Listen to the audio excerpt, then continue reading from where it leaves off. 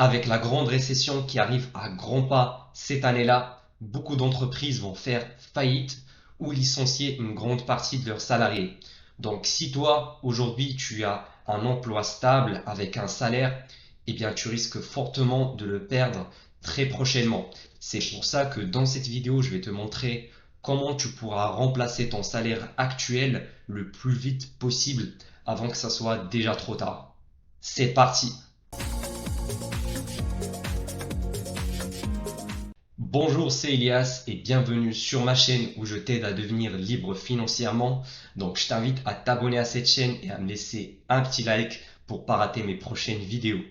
Alors quand on travaille dans une boîte plus ou moins grosse en tant que salarié, eh bien on a souvent l'impression qu'avec le CDI, on a cette sécurité-là absolue et qu'on va jamais se faire virer. Alors que c'est totalement faux. Et d'ailleurs, ça s'est confirmé depuis la crise sanitaire de 2020 où plusieurs personnes, des milliers, voire des centaines de milliers de gens ont perdu leur emploi pour des causes économiques et ils ont regretté de ne pas avoir créé des sources de revenus supplémentaires en parallèle à leur job. Et mon but aujourd'hui, c'est de te montrer comment remplacer ton salaire actuel, voire même te créer un deuxième salaire. Voilà, on va partir sur une base de 3 000 € par mois parce que je pense que c'est un bon seuil, surtout en France ou bien partout dans le monde, pour vivre confortablement. Alors, quand on parle de générer des revenus supplémentaires pour remplacer son salaire, eh bien, si tu fais des recherches sur Internet, sur les livres, tu vas principalement tomber sur trois piliers, donc trois moyens pour gagner de l'argent. Il y a la bourse, l'immobilier et puis enfin le business ou bien créer sa propre entreprise. Donc je vais te décortiquer chaque pilier entre ces trois et puis à la fin je vais te donner mon avis et lequel je trouve que c'est le meilleur, bien sûr avec des arguments logiques. Alors le premier c'est la bourse.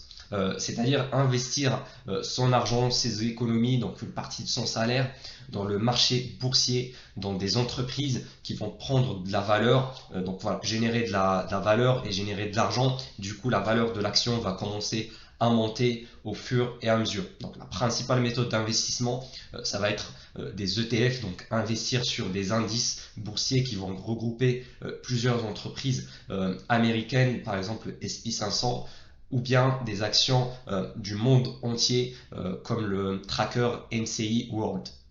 Donc l'avantage c'est que ça va être des revenus qui sont totalement passifs parce que tu n'as pas voilà, d'énergie à fournir, tu n'as pas de travail à fournir, tu fais juste ton virement hop directement sur ton courtier et puis voilà, tu vas regarder ton portefeuille en train de monter petit à petit chaque année.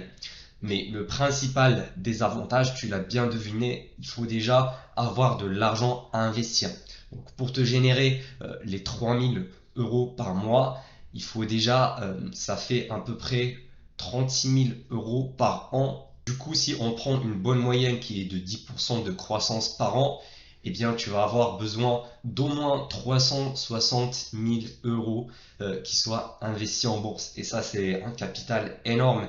Et je pense que si tu regardes cette vidéo, forcément, probablement, tu n'as pas tout cet argent-là. Alors, dans la bourse, il ne faut pas oublier que tu n'as pas besoin d'accumuler les 360 000 avant de les investir. Voilà, tu peux investir tous les mois petit à petit dans la bourse et faire croître ça et voilà, profiter des intérêts composés.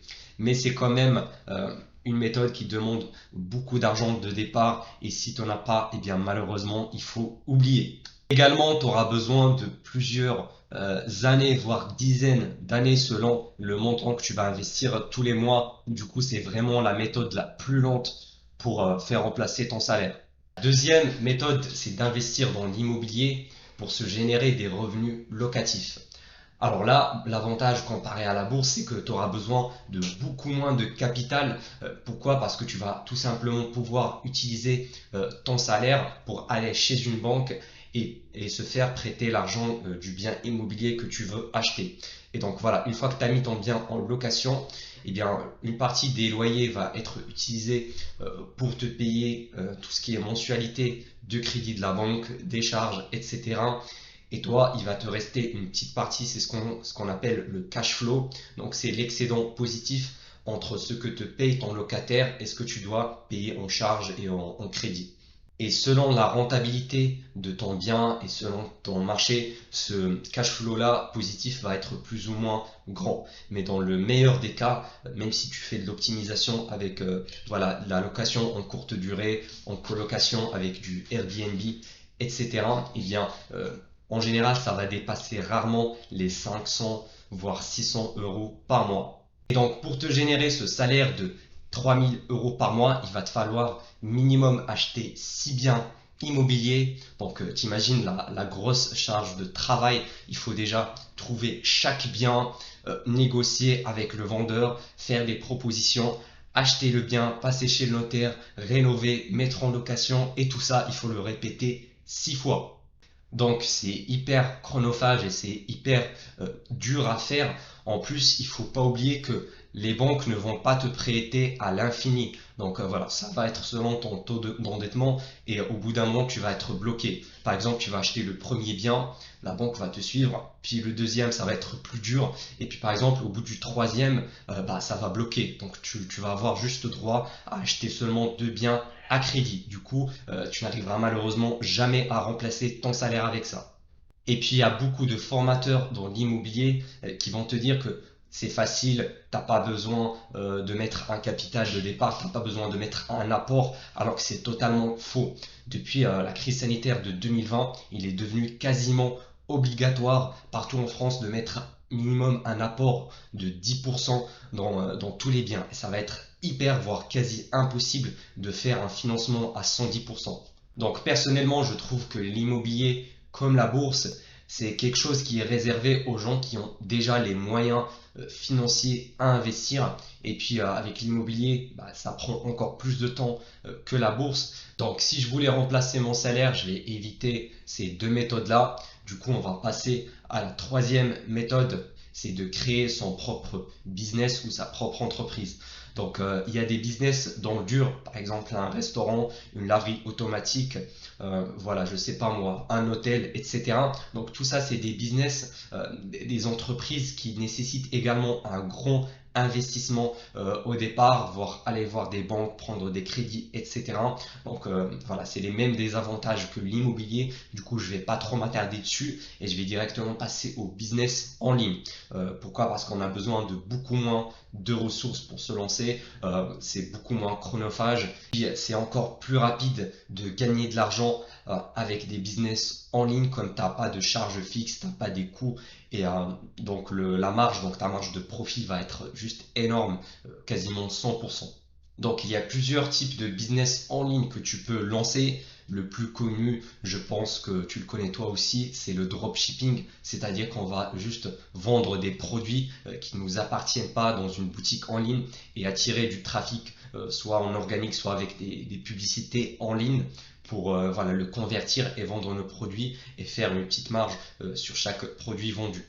Donc c'est un business model qui a commencé vraiment à prendre de l'ampleur en 2017-2018. Puis ça, comme il y a beaucoup de gens qui se sont lancés dessus, ça commence vraiment à saturer. Après voilà 2020, 2021, 2022, ça est devenu hyper concurrentiel et 99% des débutants qui se lancent dessus vont échouer parce que sûrement, tu vas avoir besoin d'un gros capital, voilà, plusieurs milliers d'euros pour tester et trouver quel est le produit gagnant.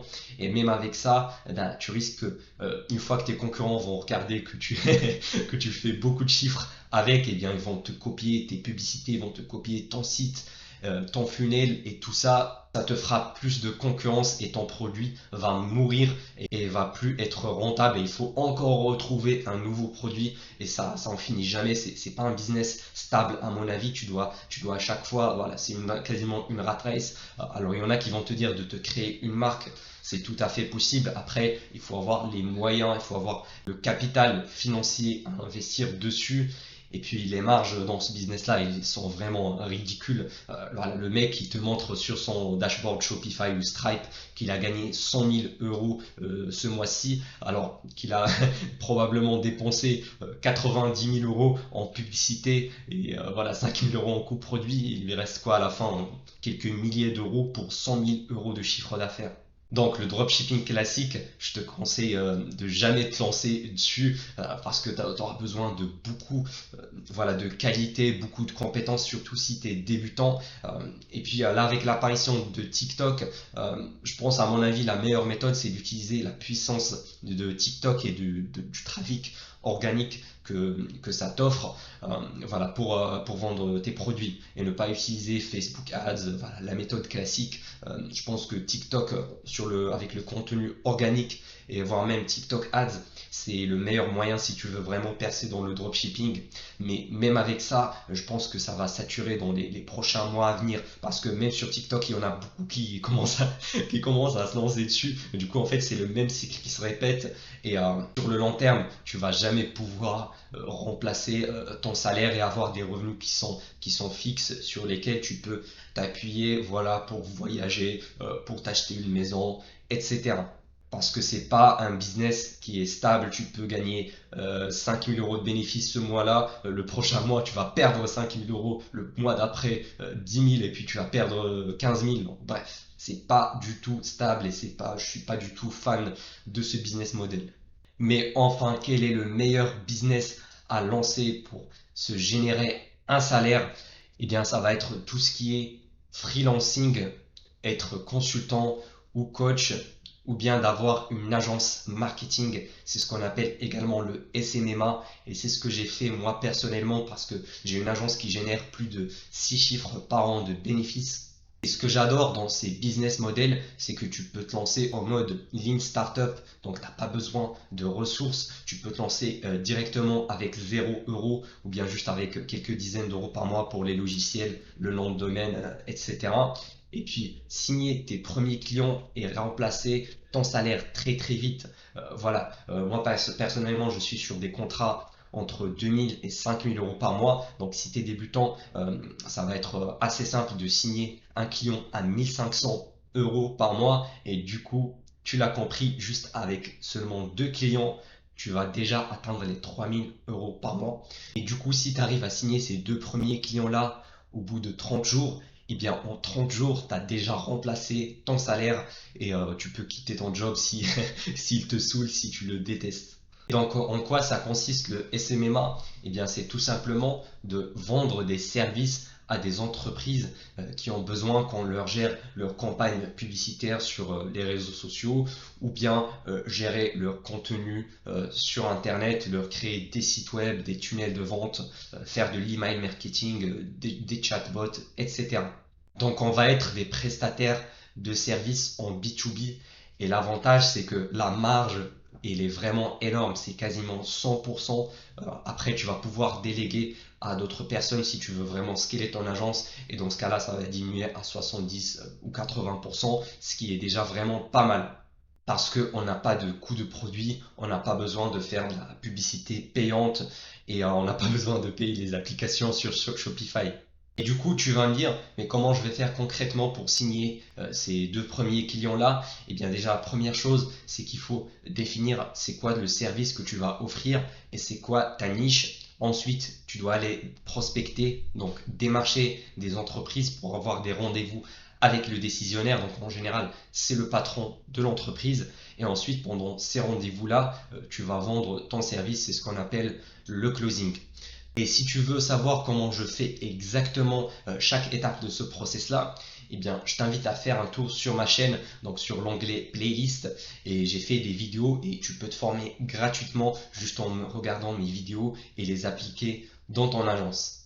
Donc, à mon avis personnel et pour toutes les raisons que je t'avais citées précédemment, eh bien, être consultant, freelance ou bien avoir son agence de marketing SMMA, c'est à peu près la même chose dans ces 3 modèles, eh bien, ça reste le meilleur moyen pour remplacer ton salaire et de devenir libre financièrement. Donc, je te recommande d'arrêter de faire des recherches sur Internet, à gauche, à droite, sur ce business-là, puis sauter sur un autre business, puis voilà, à chaque fois qu'une opportunité tombe, comme les NFT, le métaverse, etc., que tu sautes dessus, je t'invite vraiment à supprimer toutes les distractions et rester focus juste sur ce business-là, et je suis sûr que tu vas pouvoir y arriver. D'ailleurs, si tu veux savoir le process complet, étape par étape pour signer tes premiers clients, eh bien, je t'invite à aller checker dans le premier lien en description, il y a une étude de cas totalement offerte qui te montre comment passer de 0 à 10 000 euros par mois avec ton agence. Donc j'espère que tu as aimé cette vidéo. Si c'est le cas, n'oublie pas de me laisser un petit like. C'était Elias. À la prochaine.